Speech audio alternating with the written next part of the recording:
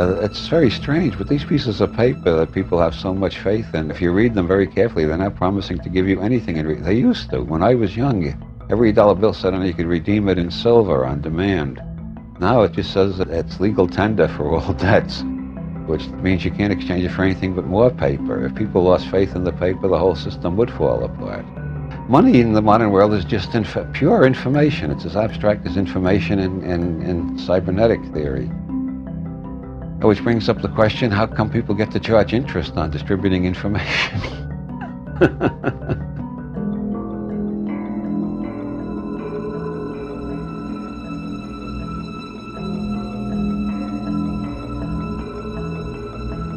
I divorced myself from the human race a long time ago, and from this culture, this nation, because I think the human race has chosen to organize itself poorly. I think we were given great gifts. We were given this supposable thumb, the ability to walk upright, binocular vision, and the mind that could distinguish between the objective and the subjective.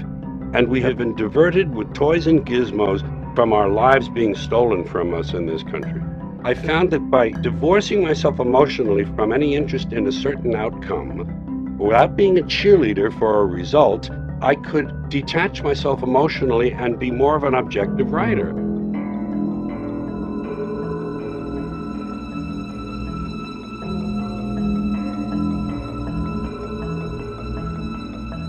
For those who think that this is just primarily an angry white male movement, is that if our ancestors would have been armed, they would not have been slaves. That's why people are getting armed. Not so much with firepower. That's not the thing that makes it dangerous. What makes it dangerous is that they're being armed with knowledge. What you're gonna see is a growing number of citizens, and you're saying that now, that's why we're here, move away from the authority that is here and begin to create their own constitutional authority. You're gonna begin to see this in the resurgence of the common law courts, the formation of the militias. That's what came first to defend ourselves.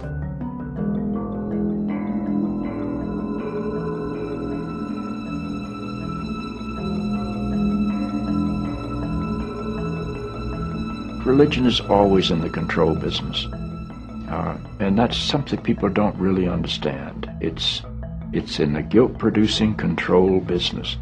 And if you have heaven as a place where you're rewarded for your goodness and hell as a place where you're punished for your evil, then you sort of have control of the population. The church doesn't like for people to grow up because you can't control grown-ups.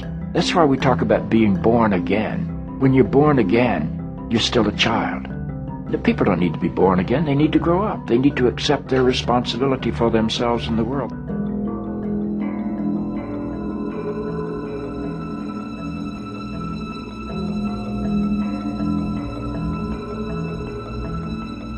This is real news about a century. It is highly feasible to take care of all of humanity at a higher standard of living than anybody has ever experienced or dreamt of, to do so without having anybody profit at the expense of another, so everybody can enjoy the whole earth.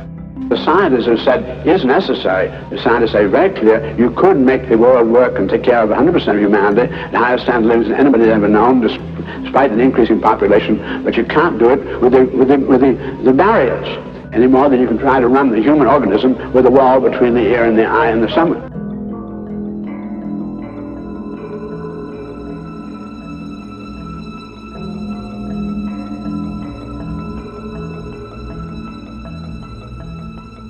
If you look at Monsanto's research agenda, they are testing at this point something like 20 crops with Bt genes in them. There's nothing they're leaving untouched.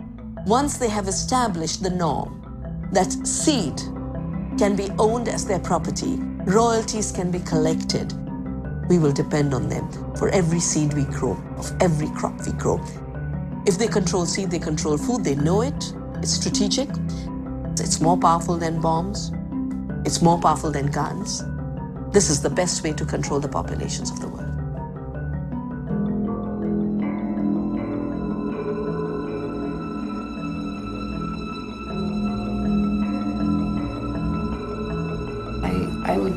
I would do it again. I'd like to do it better, differently, smarter. I would certainly do it again. I would certainly want to be part of an emerging revolution again. It was a precious, precious opportunity. And I think we came close. I mean, I think the world came close to seeing those major changes, and I think that that makes a difference in terms of the ability of movements for change to emerge in the future. The fact that there's a history of resistance, there's a history of white people's participation in resistance, I think makes a difference to.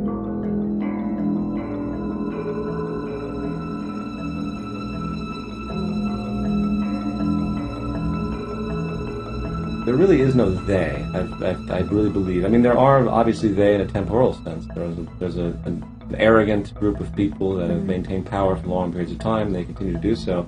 But we still support that. There's really only us. And as long as we focus on they, on a cognitive level, on a psychic level, so to speak, they will always exist. So that's one of the more cataclysmic things that people don't really realize on the fundamental level, that there really is no they. So those, I don't advocate activists that can perpetuate this, we have to battle the New World Order or battle this and that. They don't really get it, as far as I'm concerned.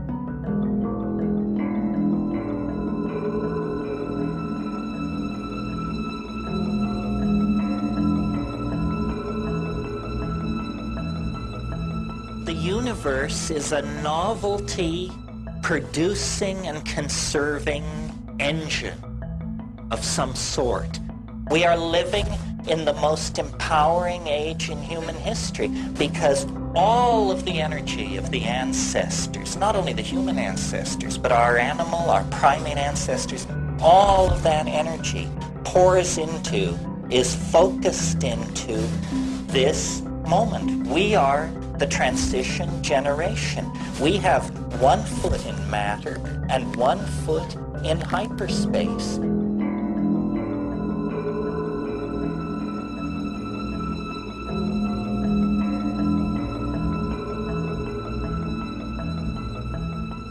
Why was no one fired?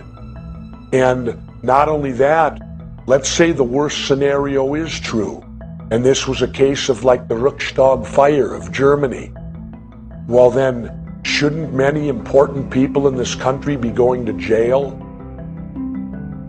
Well, the United States' ego won't let that happen, will they? They're not about to put their leaders in prison. Because this country will impeach a president for cheating on his wife, but we won't impeach a president for lying to us and taking us to war where thousands are killed.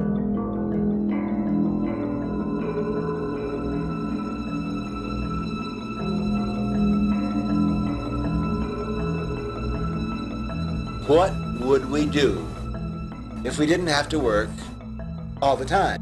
The answer to the new question, what is human life about? What are we going to do with all this time? Up until this time, you had to work. We now realize that it's an insult for any American citizen to be forced to do a job that can be done better by a machine. I propose this. I want you to think about this. Let's realize that work is something done by robots. So the new motto becomes, robots work, human beings perform.